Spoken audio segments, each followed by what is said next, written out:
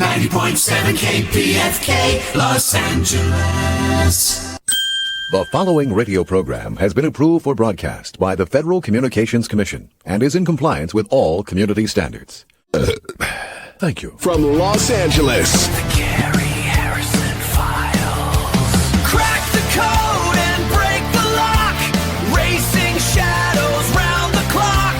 We're the ones to find the truth for all the lost and hurtless youth. Yeah, we'll find the truth. The Cary Harrison Files.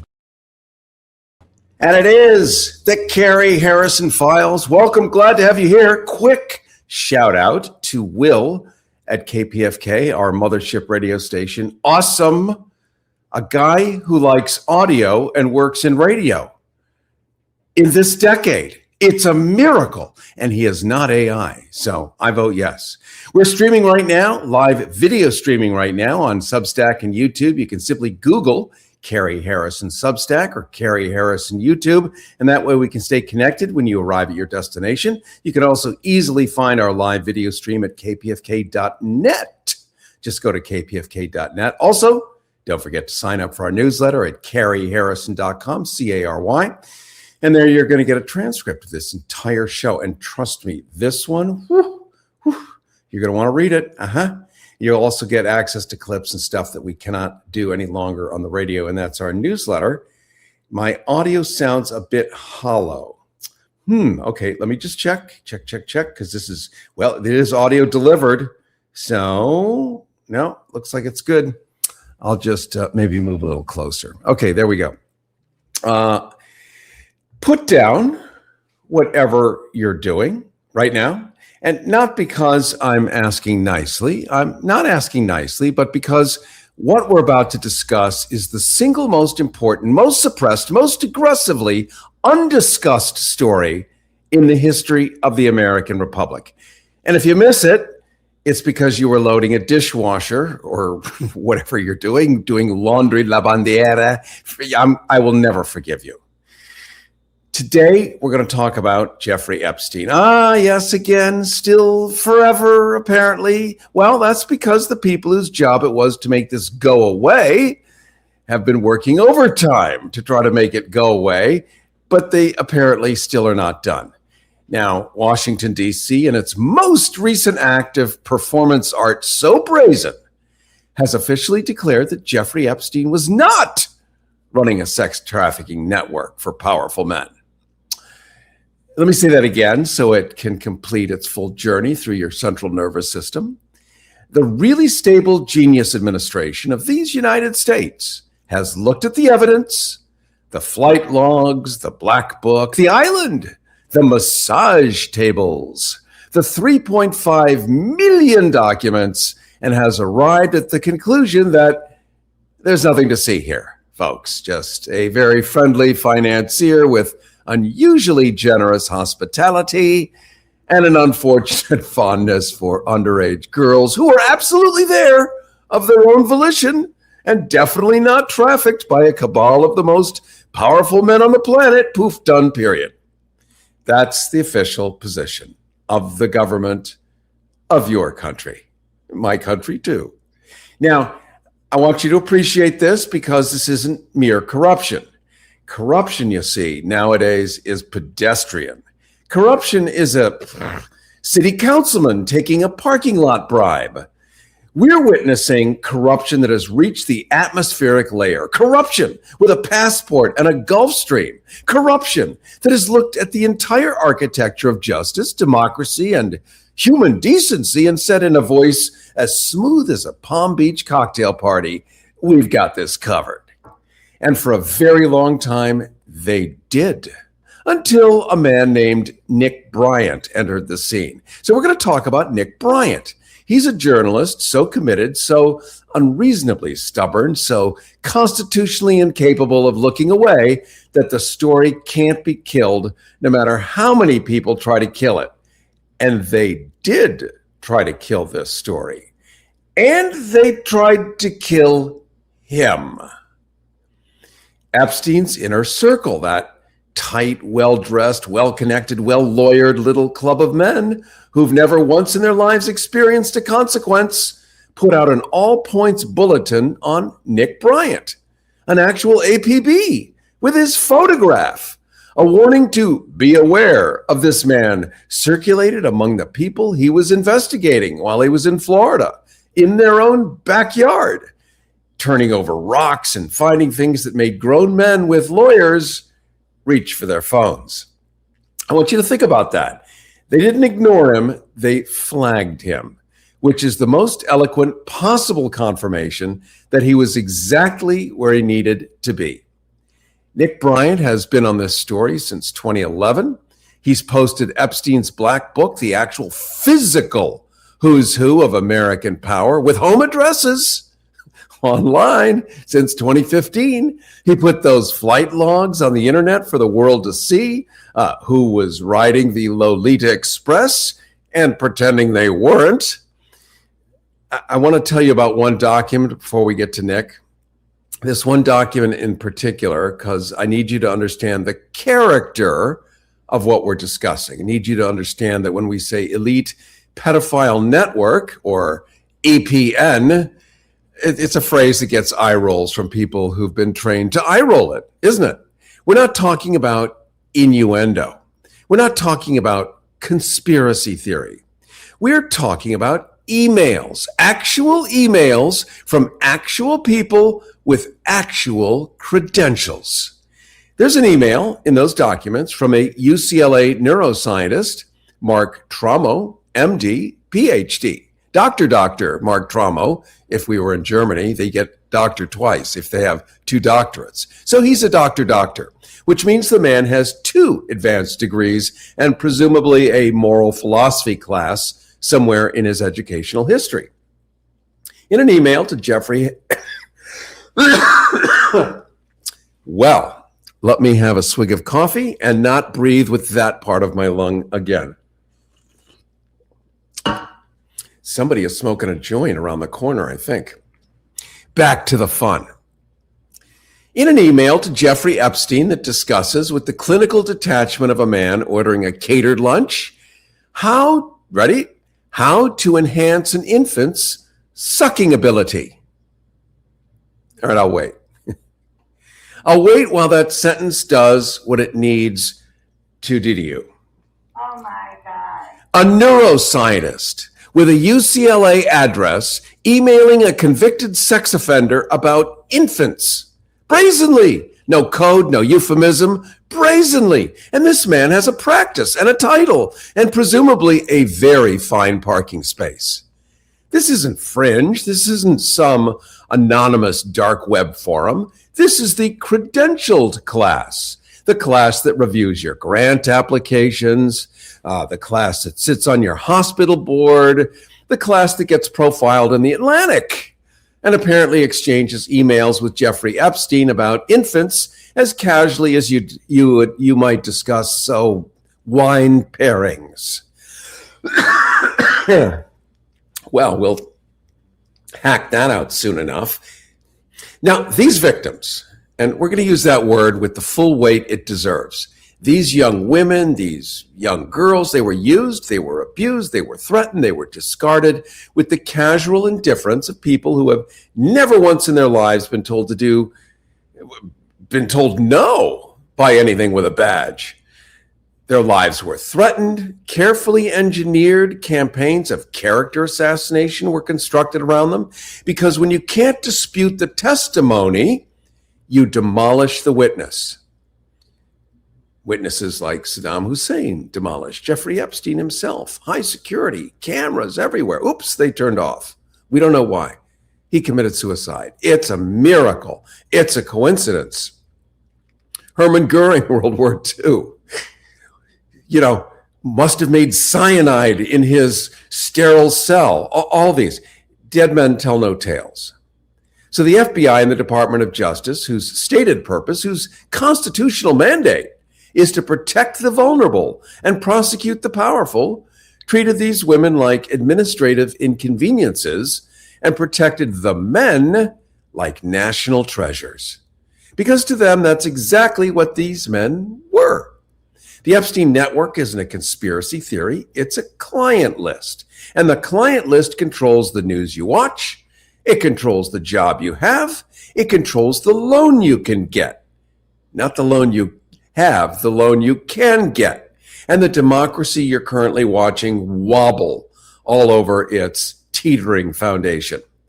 Nick Bryant has spent 15 years excavating, 15 years, traveling thousands of miles, developing sources other journalists don't know exist, and staring into something so dark, so powerful that most people, most reasonable, self-preserving people would have taken a different assignment in a year and not looked back. Absolutely. But not Nick. He didn't look away. Nick Bryant, I want to welcome you to the Cary Harrison Files. It's great to be with you, Cary. I hope that was a lofty enough encomium for you. It certainly was. Much more than I deserved. Well, you've done the scary heavy lifting, so let's just jump right into it. Washington, D.C. has now officially declared that Epstein wasn't running a trafficking network for powerful men, and you've been inside this story since 2011. When you heard that, what was your first reaction? What does the declaration tell us about who is currently controlling the narrative?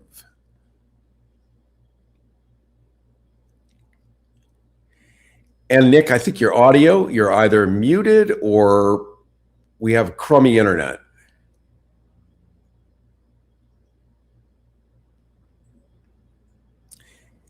And go ahead, Nick. I think you can hear me.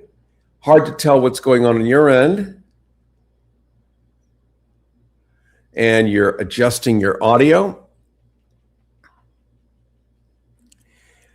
And I'm just going to ask Renee here if you can see. Does Nick need to unmute or is just his audio gone? Just a quickie, Nick. Oh, look at this. This is the beauty of live radio. Everybody listening gets to watch us walk each other through technology. In your settings, Nick, you will click on that and you will see audio and make sure your microphone is activated there, that you can see it. And if you do, then we should be able to hear you. And he's doing that now. Anyway, as I was saying, while he teased that up, this is probably the go-to moment for you because you're going to get in context and in sculpture what this is actually all about.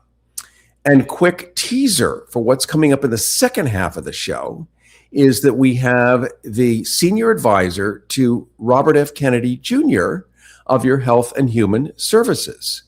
And that senior advisor happens to be transgender, the ultimate enemy of this administration, wiped from existence except for this one who helped write the speeches. So open for you. We're going to open the phones as well. We're going to understand about how HIV meds have been removed from all trans people in the state of Florida, 29 million people, and how that's going to affect tens of thousands of married straight men. There we go. All right, Nick, I think we're hearing you now. I can hear you. Great. All right, we're just going to jump back in. Let's pop to a different idea. We have these 3.5 million documents. They were released recently. We're still inside that data. What's the single most significant thing that you found so far? And what do you think is still buried in there that nobody's reported yet? There's a number of significant documents. They do show that Jeffrey Epstein had co-conspirators, which we already knew. One of the things that I've been saying over the last 10 years, is that if the Justice Department really wanted to prosecute this case, they wouldn't need any more documents because we know who the recruiters are and the procurers are, and we know who the perps are. But we could put the procurers and recruiters before a grand jury and indict them on multiple counts of child trafficking, which is 15 to life in the federal system. And then once they're looking at 10 life sentences, they'd roll over on the perps in a heartbeat. And one of the documents that I found, which may seem insignificant to most people, but one of those recruiters wanted to make a deal with the Department of Justice. And she hired a lawyer, and she was more than willing to spill her guts to the Department of Justice. And all of a sudden, the email trail just goes cold. So there it was. That really shows that our country, our government has a concerted will to make sure that this is covered up. We have locally Mark Tromo, who is a double doctor. We have his email. You have his email, a UCLA neuroscientist, an MD, a PhD. And he was emailing Epstein about enhancing an infant's sucking ability. This man still has a position. He still has credentials.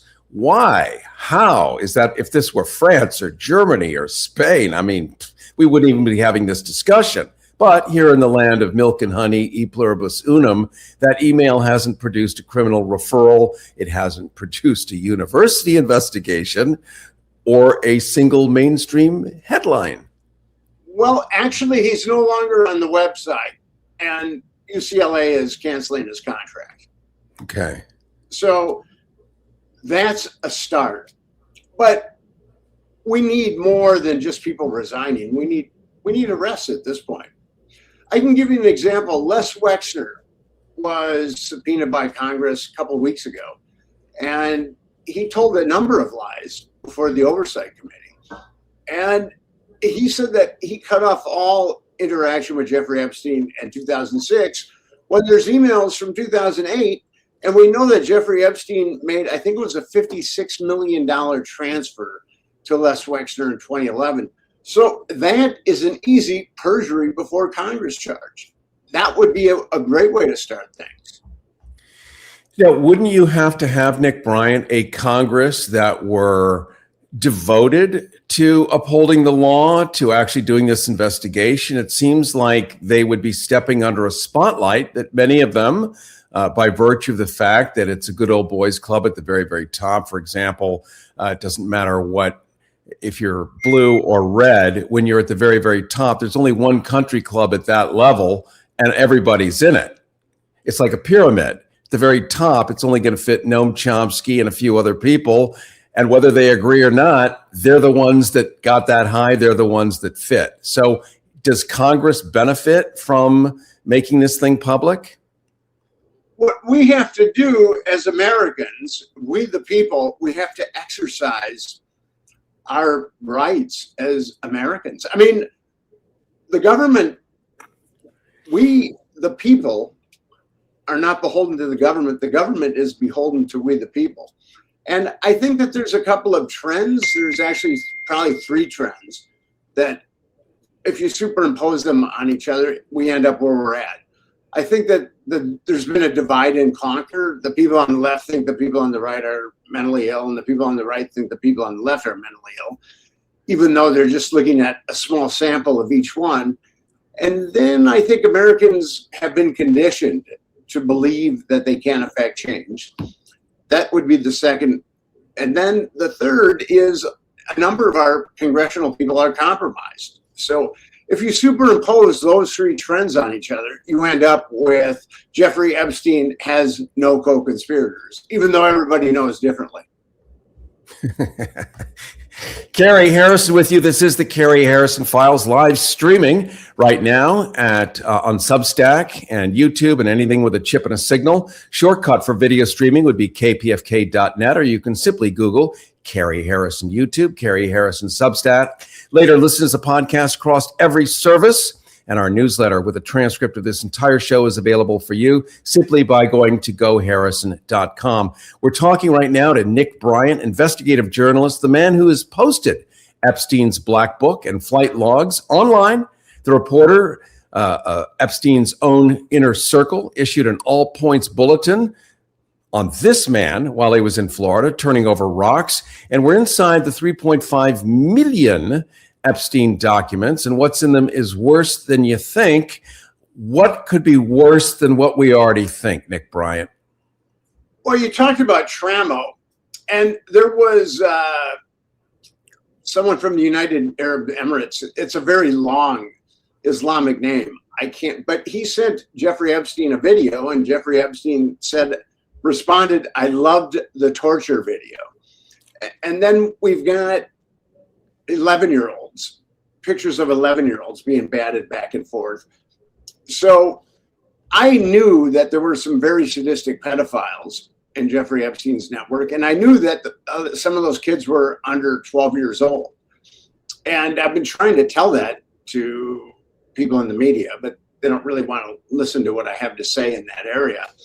It's truly unfortunate that the mainstream media has defaulted to salaciousness when it comes to Jeffrey Epstein, rather than truth and integrity and accountability. They just default to salaciousness. And it's unfortunate that our fourth estate has ended up the way that it has, because it's like the fourth estate and the government have become one. And the fourth estate is supposed to be a watchdog of sorts. Yeah, there's there seems to be dissatisfaction from Mildred to Jason. Although the entire age range, everyone is now slowly getting that it's not working right, despite the propaganda. Nick Bryant, you've said the victims were ignored, the victims were threatened. Your own life was threatened. Is what you discovered, and what they knew you were en route to discovering, was so bad that they thought you needed to go bye-bye permanently? Well, actually, I wrote a book about a pedophile network just like Jeffrey Epstein's. They're carbon copies. It's called The Franklin Scandal, a story of power brokers, child abuse, and betrayal. I had you on, wow, this is maybe 10 years ago? I remember this. And that's when I had a death threat investigating that pedophile network. I think that everything was thrown at me that can possibly be thrown at me other than killing me. So the Epstein people were just made aware of me. But I wasn't threatened at all. Here's a question, because you've been submerged so deeply in this, looking at not only the what, but once you understand the why, the what is even easier to discover. So what is your sense? Why do these men crave like teenage girls when there are millions of hookers and apps, Tinder? Like, you can have all you can eat. If you've got that much money, you don't need to troll around for little girls. What is the appetite for that? Do we understand it? I think a lot of that, some of these guys have been molested as minors, and Jeffrey Epstein, I think, probably was. And then you go to forbidden fruit. If you can eat steak every night, you go to forbidden fruit. And I think that those two trends are the reason why we have pedophile networks like we have them. Some people are just attracted to the destruction of innocence.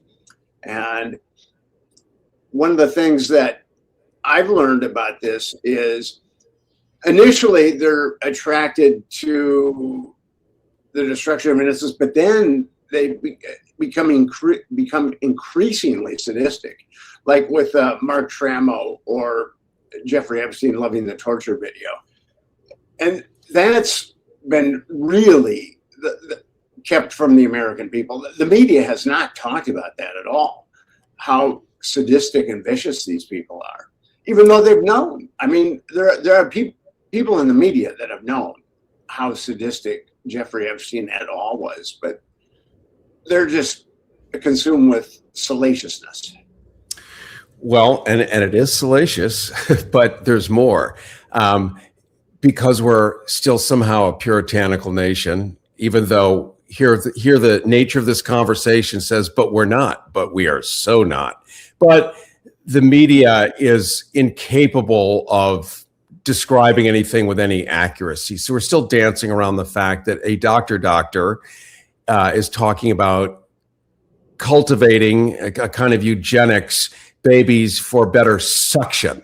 It's not so they can teethe or approach their mother's milk factory better. It's so that it can be aimed at a man's proboscis. Am I correct on that? I believe that's what they were getting at in that email.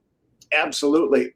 And these are truly demented people. I mean, when you start molesting girls, and part of the forbidden fruit can be younger and younger and younger, in addition to being more sadistic and more sadistic and more sadistic. So these guys have, and they've gotten away with this. They think that they're above the law. The terror in the pedophile formerly known as Prince Andrew, when he was arrested, you saw the terror in his eyes. And that terror is predicated on someone who thinks they are above the law, and then they find themselves arrested. And that's what we need here. We need to see that terror in the eyes of many of the Epstein perpetrators. It seems that the power that they wield over everybody is information, job security for the average person, the architecture of the democracy that we imagine we're involved in. For the average person listening right now who feels completely powerless against the kind of consolidated power that they're seeing, what's the most practical thing they can do with what you've uncovered? We started a nonprofit. It's a 501c3. It's called Epstein Justice. And I would suggest that your audience goes to epsteinjustice.com. There's a number of things that they can do. They can sign our petition, which has over 83,000 names. They can sign up for our emails, and we send emails out every week. And also, you can sign up for our webinars. We have a webinar every month on various aspects of the Epstein story and how people can get involved. And we also have Facebook groups by state that people can join so they can put heat on their respective federal legislators. And it's been a tough slog for us, but we're growing. We're growing. People do not want to think, when you cover up a crime, you're aiding and abetting that crime. And people just don't want to believe that the government would aid and abet the most heinous of crimes, child sex trafficking. But it's in our face now, and people have to accept it. And when you're dealing with a pathology, there's three phases. There's awareness of the pathology, there's acceptance of the pathology, and then there's action. And I think we're at the point of, we're reaching a sea change with the acceptance of it. Give us your website once again. EpsteinJustice.com. EpsteinJustice.com. I want to thank you so much. Nick Bryant, investigative journalist, the man who has posted Epstein's Black Book and flight logs online, the reporter that Epstein's own inner circle issued an all-points bulletin on while he was in Florida, turning over the many rocks. We're exploring and all living in those 3.5 million Epstein documents, and what's in them turns out to be sort of worse than we think. But at least we have a reminder of what is the right thing to do. I want to thank you so much for joining us today, my friend. Thank you, Cary. Thank you. Well, everyone must be so comfortable right now. Squirm, right? Coming up, you got your coffee? Good. Because next we're going to talk about sex, death, bad policy, and the most spectacular act of self-inflicted biological warfare since a medieval siege engineer accidentally catapulted himself over his own wall. I'm Cary Harrison. This is the Cary Harrison Files. And if you think I'm exaggerating today, you're simply not listening hard enough. This pussy grabs back. The Cary Harrison Files. CaryHarrison.com.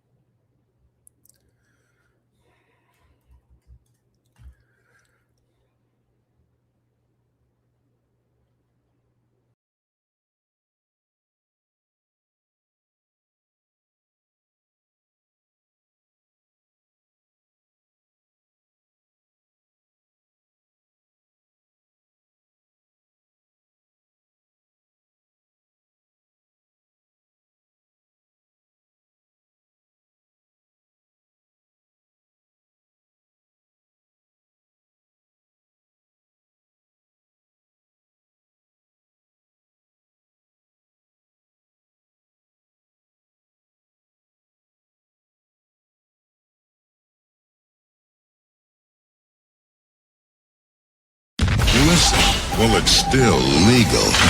The Cary Harrison Files. CaryHarrison.com. And it is the Cary Harrison Files, CaryHarrison.com, live streaming right now on Substack and YouTube. Simply Google Cary Harrison Substack or YouTube or anything with a chip and a signal. You'll see it on there, including Instagram. And don't forget to get our newsletter at CaryHarrison.com. There you're going to get a transcript of this entire broadcast so you can reread in finer detail, including some stuff we didn't have time for in the previous interview about the latest on the Epstein files and what you need to know about it. Well, friends and patriots, media quaffers, I want you to lend me your ears, your spinal columns, and whatever gray matter the algorithm hasn't yet composted into TikTok sludge. I come to you today, not with grievance, not with the usual righteous howl into the void that passes for discourse in these times. Nope, not today. Today I come bearing good news, gospel even, the kind that ought to have these Bible-thumping, flag-humping, God and gavel politicians on their feet, weeping tears of pure theological joy. Because, and I want you to sit down for this, maybe loosen the flag pin so the blood can still reach the brain. Trans people have done the impossible. Finally, they have solved the gay problem. Now, you got to stick with me because this is where the irony gets so thick you could spread it on a campaign contribution. The fellas in the marble buildings, the ones who've spent 30 years losing their absolute minds over who's doing what to whom in which bedroom and at what angle. These geniuses, these titans of moral governance, have apparently looked at the rainbow and seen only threat, only chaos, only the apocalyptic horror of two men holding hands in a Cracker Barrel parking lot, for God's sake. Fine, we've all noted it. And we've moved on. But here's what nobody in that particular brain trust seems to have noticed. And I mean nobody. From the marble steps to the AM radio dial to the guy in the trucker hat who is absolutely certain the devil invented gender-neutral bathrooms. A trans woman who dates a man is dating a man. That's it. In a nutshell, that's the whole theological miracle they've been stepping over on their way to the pulpit. She used to be, in the parlance of the previously panicked, a gay man. Now, post-transition, she's a straight woman, dating straight, doing straight things, buying straight groceries, having straight arguments about whether the dishwasher was loaded correctly. The straightening has occurred. And similarly, buckle up, because this one's even better. A trans man who likes women was once, by the former taxonomy, a lesbian. A card-carrying indigo girls appreciating Subaru driving sapphic lesbian. And now, a straight man dating women, precisely as God, Hallmark, and the Heritage Foundation intended. By the theological math these people invented themselves, the trans community is the single most powerful conversion therapy program in human history, and it's voluntary.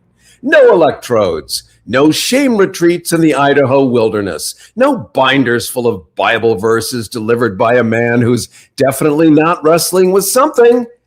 Just people living authentically, landing in the arms of the opposite sex, exactly as the culture warriors demanded. The culture warriors asked for this. They screamed for it. They wrote legislation about it. They gave money to organizations about it. They wept about it in church parking lots. And then the universe actually delivered. When the glorious machinery of human self-actualization produced the exact heterosexual pairing that they'd been begging Jesus for. Well, they lost their minds. Because here's where we arrive at the core diagnosis. These are not people motivated by outcomes. These are people motivated by targets. The goal was never straight relationships. The goal was somebody to be mad at. And the trans community, bless every gorgeous, complicated, courageous one of them, simply refused to be that, quietly. So now we have the spectacular, majestic, historically unprecedented situation of a government actively fighting the very outcome it claimed to want. It's like banning umbrellas because you hate getting wet. It's a masterpiece. It's a Picasso painted in pure spite. And I mean that as the highest compliment to the universe's sense of humor. Now, let's be honest, because that's what this little corner on the FM radio dial is for. The truth underneath all of it isn't complicated. These are human beings who looked at the blueprint they were handed at birth and said, this doesn't fit, and did the terrifying, the brave, the often painful work of living in their actual skin. That's not ideology. It's not agenda. It's just being a person. The oldest and most exhausting occupation on earth. And if you read Plato or Socrates, that's what they told you to do every day. Be yourself, live in your skin, be congruent with your nature. So here it is. And the irony, the delicious, crystalline, 100-proof irony, is that by living authentically, a significant portion of them ended up in heterosexual relationships. Not because anyone told them to, not because of incentives or legislation or the gentle jackboot of social pressure, but because that's who they are. And the people who should, by their own stated logic, be handing out certificates and throwing parades and commissioning statues are instead losing sleep over which bathroom they use. Bing, boom, right under the toilet. Bing, boom. We can't buy satire this good. You can't write it. You can only report it with the appropriate level of bewildered, exhausted awe. The trans community didn't ask to become the greatest accidental argument for the thing their enemies wanted. They just showed up. They just lived their lives, and in doing so, held a mirror up to every fraudulent, fear-soaked, politically cynical inch of the opposition. And the reflection was devastating. So here's to them, every single one, the most elegant, unintentional, and thoroughly merciless satirists of the modern age. And they weren't even trying. Cary Harrison with you. This is the Cary Harrison Files. CaryHarrison.com and GoHarrison.com. Live video streaming on YouTube and Substack, everything with a chip and a signal. Shortcut at kpfk.net. You can later listen as a podcast across every single service. Simply Google Cary Harrison or the Cary Harrison Files. Don't forget our newsletter with a transcript of this entire show, especially what's coming up and stuff we can't say on the radio, is at Cary, C-A-R-Y, Harrison, or GoHarrison.com.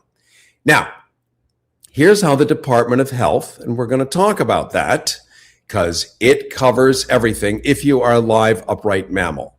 And we're going to talk first about the DL, the down low, the shadow lane, the I'm absolutely not gay, but let's not discuss what I did last Thursday demographic that has somehow never made it into a Gallup poll, despite representing, and I want you to really absorb this number, a substantial chunk of the sexually active American male population. Down low, or as they like to call it now, it makes it fancier, discreet. Discreet.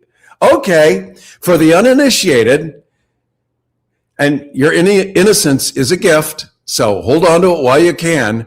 The down low or discreet refers to a specific thriving, highly motivated subset of the American heterosexual male who has a wife, a mortgage, a truck with a flag on it, a bowling league, possibly a podcast about red meat, and who is also, on a semi-regular basis, sleeping with trans women.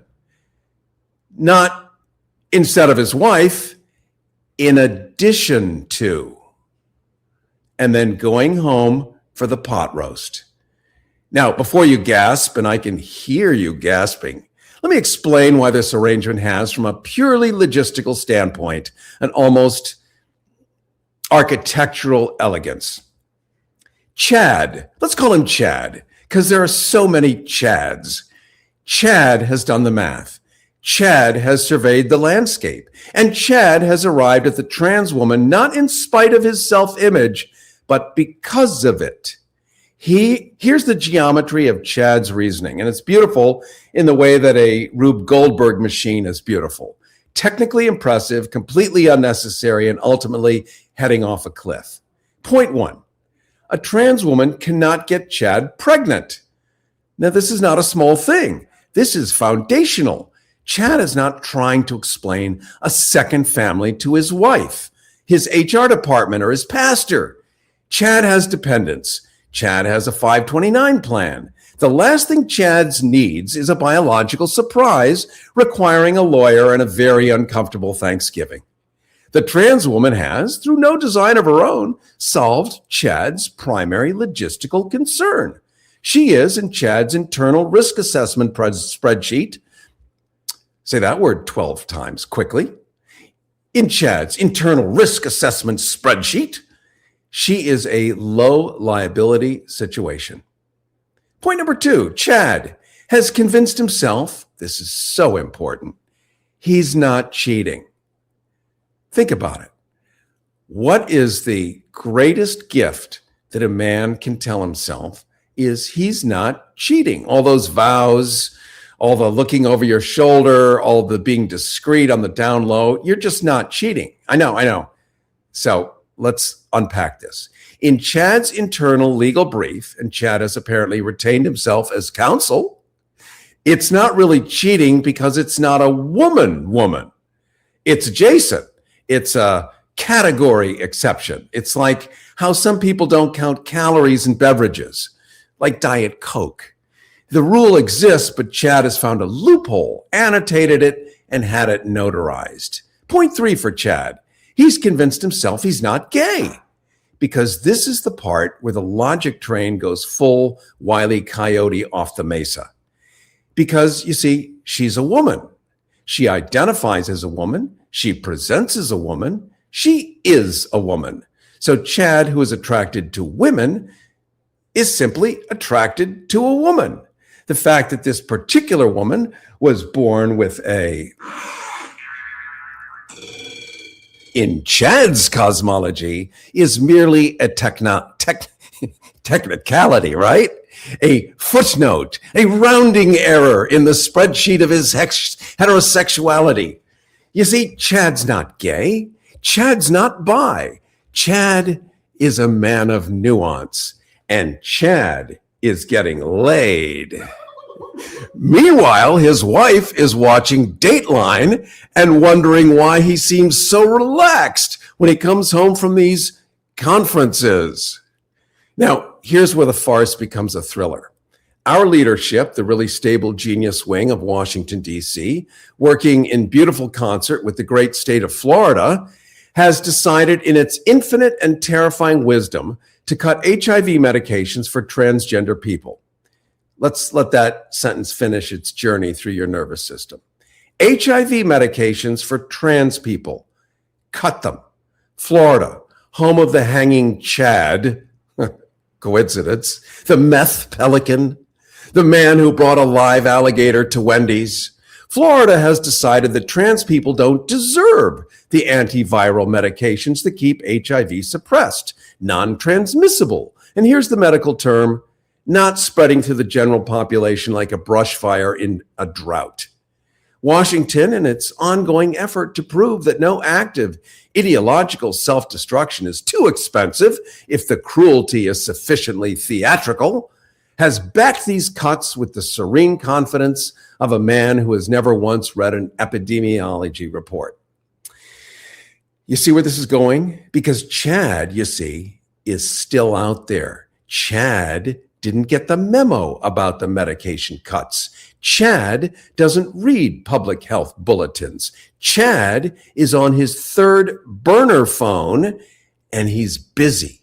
And the trans woman that Chad has been visiting, the one who until recently was on PrEP or antivirals, whose viral load was undetectable, which means untransmissible, which means the entire encounter was, from a public health standpoint, actually safer than a lot of what's happening in Chad's regular life. And that trans woman has now, courtesy of Florida's visionary governance, potentially lost her medication, which means her viral load is no longer undetectable, which means the untransmissible is now transmissible, which means Chad, good old flag truck bowling league pot roast dinner Chad, is now a vector. And Chad goes home. And Chad goes home to his wife in a state of 29 million people. This is right in alignment with making measles kill again, isn't it? The epidemiologists, the ones who haven't been fired yet, and that's a shrinking group, let me tell you, they have a term for what happens when you remove antiviral access from a population that is sexually connected, even indirectly to the general public. They call it a transmission event. I call it Florida's gift to the heterosexual community. Wrapped in a bow of ideology and tied with a ribbon of stunning, malignant, award-winning ignorance. The down low population, discreet, which is not a fringe group, which is not a coastal anomaly, which is load-bearing infrastructure in the sexual architecture of this country. The DL population continues its activity because the down low population doesn't stop. That's definitional. That's what the down low means. And these men go home to their wives, to their unaware wives, women who haven't done anything wrong except trust their husbands and not realize that the sales conference in Orlando involved a very different kind of closing. These people hurt most by this policy aren't who the architectures of it think they're hurting. They've aimed at Brenda and they've shot their own base again. And it'd be funny if it weren't a public health emergency dressed up as a culture war. The truly spectacular part is that the men lobbying hardest for these cuts, the ones beating the pulpit about protecting the family, protecting women, protecting the sanctity of the American home, statistically, they know exactly where the risk is coming from because some of them are the risk. They're not protecting their wives. They're protecting their secret. Oops. Back to the first half of the show, Epstein files. And in protecting their secret, they've made their wives exponentially less safe. That's not conservatism. That's not Christianity. That's not even coherent. That's just Chad with a gavel. And trans women were the harm reduction the system didn't know it needed. And the leadership that couldn't locate public health with a GPS and a flashlight has now removed harm reduction from a population of 29 million. The out-medicated, legally protected, socially integrated trans woman was a gift to the whole system, a gift to the wives, a gift to the DL men who weren't going to stop anyway, a gift to the public health infrastructure of an entire state. In just a second, we're going to bring on an awesome, brilliant mind, a transgender woman who's going to help wrap her head around the loss of the HIV meds and how we can actually look at it. Cary Harrison, by the way, this is the Cary Harrison Files, CaryHarrison.com or GoHarrison.com, live video streaming on YouTube, Substack, anything with a chip and a signal, or a video shortcut at kpfk.net. You can later listen as a podcast across every service. Simply Google Cary Harrison, C-A-R-Y, or the Cary Harrison Files. And don't forget our newsletter with a transcript of this entire show and stuff we can't say on the radio is CaryHarrison.com or GoHarrison.com. Now, before I bring in my guest, I need to prepare you. Some of you are going to hear what I'm about to say and drive your car directly into a ditch. I'd ask you to pull over first. For liability reasons, my guest today is a senior advisor to Robert F. Kennedy Jr. Now, I know half of you just choked on something. The progressive half is already composing an angry email. The MAGA half is confused but intrigued, the way a golden retriever is confused by a ceiling fan but can't stop watching it. The senior advisor to Bobby Kennedy, the man now occupying a cabinet-level position in the administration of his imperial kumquat, the really stable genius of Washington, D.C., the ideological fortress currently legislating trans people out of existence, that senior advisor is a trans woman. Not adjacent to trans, not trans curious, not, well, she dresses a little. Trans, like fully, like gloriously, like unapologetically. And the administration that has declared biological war on every gender non-conforming human being on the continent, the one stripping healthcare, yanking medication, scrubbing the word transgender from federal documents like a typo from a drunk intern, that administration has a trans woman in the advisory room, helping write the speeches. To this administration, she represents the complete anthology of existential horror. She is the gender traitor, the genital inverter, the living, breathing repudiation of everything their base has been told to fear. If you showed her photo to the average attendee at a certain kind of rally, they'd burn the venue down by accident. And yet, she's still in the meeting. That's not irony. Irony is too small a word. She's also, because she's so bright, the first transgender woman to run for the United States Congress against Nancy Pelosi in Pelosi's own district. She's Stanford, she's MIT, and she's being financially destroyed with apparent joy by high-end shoe stores to boot. Bianca von Krieg, I want to welcome you to the most logical, illogical conversation you're going to have all week. Hi, it's great to be back. And that was quite a monologue. Whoever writes your copy deserves a raise. My what? Whoever writes your copy deserves a raise. That was quite a Thank monologue. you. I will take that. Do you hire people to write your copy? You're a writer yourself, yes? I write my own copy. Well, I write my own copy. So from one writer to another, I appreciate the compliment, and I appreciate it even more that you would attempt to insult me publicly as if I had a team of highly paid writing professionals. But those days are long gone since the 1980s, and only on Air America did Al Franken have $2 million worth of staff writers because he was a Saturday Night Live guy. But let's just jump right into the gold standard policy section of Bianca von Krieg. Florida just gutted HIV medication access for trans people. You've been living at the intersection of trans advocacy and public health politics for years. Why do the current departments of health want to kill people? Does this feel like, or is it like, am I getting this wrong? Yes. You're Okay.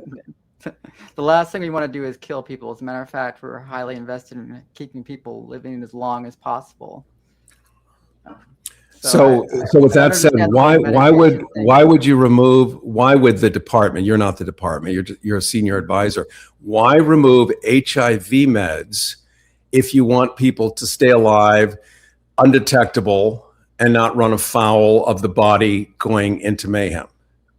Well, I can't be completely sure why HHS did that. I don't think they would ever do something like that. It seems like the state But they of Florida did it. But they have. They have. What antivirals? Well, let's look at measles, for instance, in South Carolina. I mean, why would you, if you knew it was there, why would one make the decision not to protect the public from getting measles? Unless I'm wrong. Well, in the case of like Texas, it was mostly these Mennonite populations that did it on religious reasons. The United States government is not telling people not to get the vaccine. They're just changing the age at which it's suggested. So but in South Carolina, where the measles outbreak is acute, people are not. These breakouts do occur periodically too. So they've been happening long before RFK and the Trump administration. Well, not to the tune of 30 people, not to the tune of 100 people, and not removing HIV meds. It was always a zero HIV policy in this country. And in the state of California, where you and I live, it's free. I mean, nobody sits around without access to these medications. Where is the outcry from the mothership of all health, HHS, that Florida, with 29 million people, is pulling HIV meds, which is going to affect people because they're not going to stop having sex. And they probably don't even know. Well, they probably won't stop having sex, and I don't think anybody wants anybody to stop having sex, except for some very obscure conservative populations. But this seems like a Florida problem. I know California is dealing with its own issues. It's Governor Gavin Newsom made the decision to take Ozempic off the Medi-Cal rolls, and it's affected 600,000 people very adversely. And it's all because he wanted to have more money for immigrant health care. So immigrant health care would probably be a good thing, because if one of those immigrants got COVID and walked around and spread it all over the place because they were untreated or didn't have access to a mask or any STI and weren't able to be treated, they're still in the population. They're still walking around. They're still going to the grocery store as a disease vector, which is like Chad in Florida. It doesn't help everyone else having anybody out of control. This is the sort of brilliance of Europe. This is why there's monogamy in marriages. Going back to the Catholic Church in the 1400s, realized that if they instituted monogamy, they could reduce the amount of mysterious syphilis. They didn't know what it was back then, but they would keep men at home, at least by moral law, and reduce the amount of transmissible diseases. So all of it is based and rooted in science. The idea that we're purposely deciding based on, and I still don't understand why, but exposing millions of people to calamitous health situations. Help all of us understand why that's a good thing. Well, I can't understand why Florida does what it does. I can't understand a lot of the reasons that Florida does the things they do, but that's Florida. And it's an unfortunate decision if they've taken antivirals off their rolls. Those are great medications. I've known that for a lot of years, basically transgender healthcare was to make sure you got STD tested regularly and to try to put you on PrEP. So I don't know that it's evolved that much since then. It seems like society thinks we're mostly good for transmitting STDs, which I couldn't find more offensive. Well, agreed. And the idea that you're removing the every 3 months testing that anybody on PrEP gets, and remember, we're talking about down low here specifically, because this would be the vector of how this becomes a problem, not only for the poor people that don't get meds, and specifically the law is barring trans people from the meds. Other people might still be able to have access, but trans people specifically are unpeople in the state of Florida. And those unpeople may travel, may drive to another state. Not their fault, but they've been relieved of the burden of health, which makes them not only sick themselves, but things spread. This is why we give medicine to everyone, so that we don't have to worry about our little girl going to the mailbox and getting a letter from a mailman who we look at as brown and we don't want to give him health care. And so he's got a problem, puts it on the letter. She grabs the letter, brings it into the house. The whole family gets it. Like it's just science. Or is it moral? Well, I don't know really how to respond to any of that, but we don't want to make people sick. Florida does what Florida does, and if the people of Florida don't like that, then maybe they shouldn't elect a man like Ron DeSantis, who is kind of an intellectual midget of sorts. In beautiful white high heels. So what is the position of the Department of Health and Human Services looking down on a state that is going to make the work of Health and Human Services treble in impact? If suddenly there are millions of people dealing with issues they didn't have to before, isn't Health and Human Services going to feel obligated to deal with that?